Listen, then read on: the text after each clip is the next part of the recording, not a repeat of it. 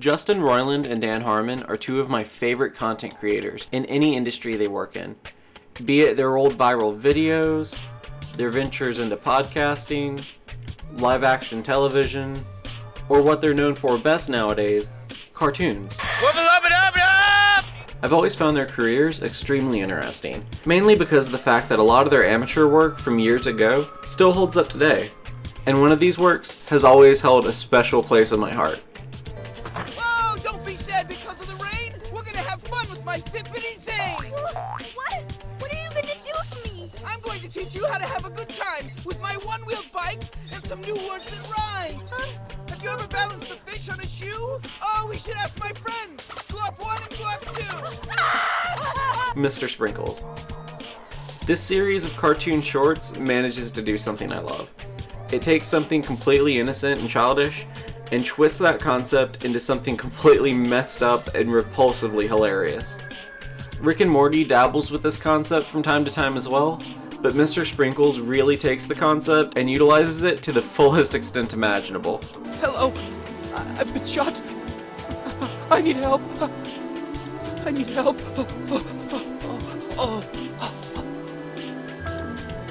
I need help. So Mr. Sprinkles is a cat in hat analog that lives in a world where human beings and imaginary creatures coexist. You're just gonna let it go? Yeah, and it's gonna lead us right to him. Sort of like Foster's Home for Imaginary Friends. However, the imaginary creatures are often subjected to Farquaad-esque suppression, and are generally segregated from the main populace of human beings. This leads to the series exploring serious topics like mental illness, capitalism, over-medication, systematic racism, government conspiracies, and even homegrown terrorism. And all of these topics are discussed in a surprisingly realistic and adult fashion. And while the show manages to cover such a wide breadth of topics, it also manages to never forget to take a break and give us a laugh when we need it the most. Excuse me, who's farting? Alright, continue. Even if that joke is purposefully ill-timed. Mr. Sprinkles' only purpose in life was to keep kids entertained when it rains. Kids used to spend all day outside getting into trouble, but now in a world of cell phones and computers, they just don't need storybook characters to help keep them entertained anymore. Not me. Why didn't you want to come here?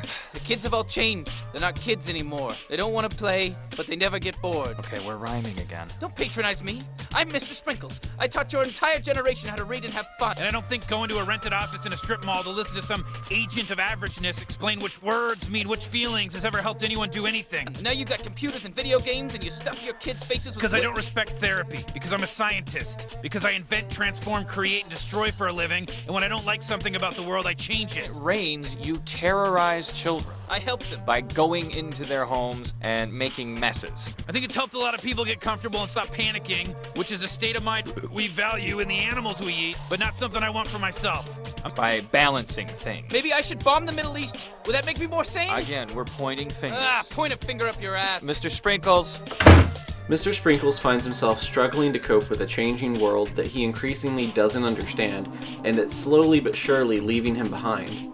He struggles with depression as a result of his inner turmoil. He's a creature that was created to bring nothing but joy, but ironically, it seems like all he can do is bring chaos and terror instead.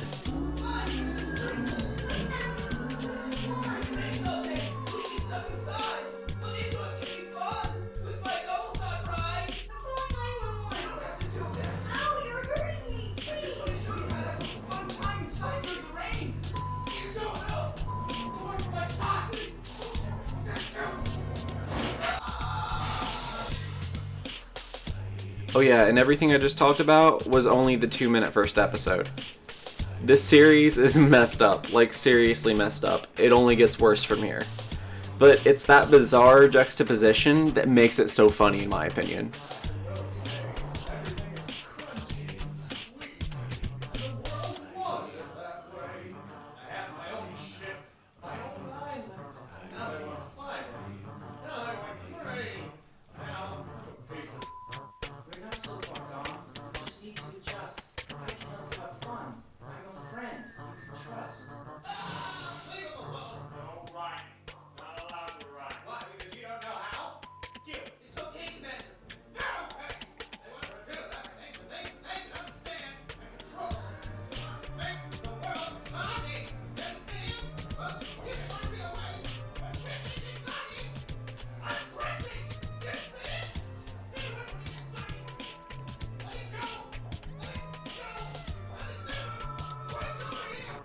The next episode finds Mr. Sprinkles locked up in a sanatorium for the imaginary as a result of his compulsive urge to make messes and terrify children on rainy days. Commander Crunchy, where have you been? What did they do to you? They made me soggy.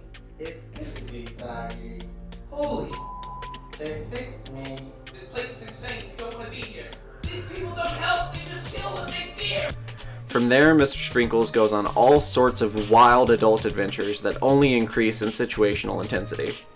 He ends up in prison and gets recruited by a group of imaginary extremists, has regular therapy sessions, ends up having to escape being captured by a stalker, and even goes on trial in what is probably one of the best episodes of the series. State your name. My name's Flippity Flea. Mr. Flea, what is your relationship to Mr. Sprinkles? He pulls me out of his bag to entertain children. Sometimes to help make messes, sometimes to clean up. So you live in his bag, I do, and you do what he wants. within reason. Would you kill a man? Mr. Sprinkles believes he was created to free young people from what he perceives as a society in stagnation. But Dr. Herman, isn't Mr. Sprinkles just a metaphor for imagination? I suppose you could look at it that way. How children usually react to Mr. Sprinkles when he shows up? They're startled. They're frightened, aren't they? They experience terror. If your client is imaginary, then so are his rights. He was ranting about the Middle East. The show explores a plethora of concepts and topics that are commonly found in Harmon and Roiland's other works. Topics like mental health, censorship, fear-mongering, war, and even the radicalization of youth. Every day I hear the voices of our people cry louder and louder. Suffering was deafening. I couldn't take it anymore. I joined the Super Youth Coalition. So what do you do here? Lobby the government on behalf of imaginary rights? We can't work within their system, Sprinkles. You should know that better than anyone. Your trial was a mockery. Party exhibit certainly didn't help. We've been brutalized, beaten, locked up, cut up, and killed. This is a war, Mr. Sprinkles. A war against reality. And it's time to show them just how powerful the imagination is. The Omega 57 Zippity Shot device. When this goes off, everything real will be gone. And the only thing left will be us. And honestly, Harmon and Roiland's works haven't stopped exploring some of these concepts since Mr. Sprinkles. And strangely enough, there's also a Rick and Morty cameo in Mr. Sprinkles, even though this was made well before Rick and Morty ever was. You know what she said to me? I'll bet you what she said, man. Tell her what she said. I'll tell you what she said. Which, there's also kind of a fun story to that about where Rick and Morty come from, but maybe that's a story for another video. I don't know. I thought enough of you guys might already know it. The show manages to cover this wide array of topics in just 8 short episodes. In roughly 30 minutes, Mr. Sprinkles changes from one person to a new one entirely. You sent my letters back unopened. They were addressed to Mr. Sprinkles. That wasn't who I was in there. Whoa, whoa! I won't give away too much about the ending, and honestly, I may have given away too much about the first 7 episodes already, but everything from the previous 7 episodes culminates in a really satisfying finale. All I'll say is that Christopher Nolan probably stole the ending of The Dark Knight Rises from Mr. Sprinkles. And you'll understand what I mean as soon as you watch the episode. In the end, despite how the world around him has changed and become something he doesn't understand, Mr. Sprinkles still manages to hold on to his morals. In a world that wants to make him soggy, he manages to stay crunchy in spite. Honestly, I don't know the full extent of what Roiland and Harmon were trying to say with this cartoon. I think they were probably trying to say a lot of things at once, and the message got sort of blurred by the end of it all, but I still think the ending is really touching. I know some of you might want to watch it after this, so like I said before, I'm not going to show you the ending. But I will let you listen to it over top of the ending of The Dark Knight Rises, just to prove that Nolan did steal this from Harmon and Roiland. You're special, and this world can be very hard on special things. They'll pick on you, they'll hit you, they'll dump you, diagnose you, and develop you. And there will be days when you'll wish that everyone was like you, so that everything could be easy. But that's how they think. They spend every day wishing that everyone was the same. And it's that wish that keeps them from being special. So when they come for you with their knives out, you just smile and forgive them. Because ordinary things say hello and goodbye, but nothing that's special can ever die. Yay! Mr. President, we're going to be okay. An imaginary character sacrificed himself. No, Freddie McSimmons is fine. This man's name was Sprinkles. Mr. Sprinkles. Thanks for watching, everyone. You can check out Mr. Sprinkles on Justin Roiland's website in the description down below.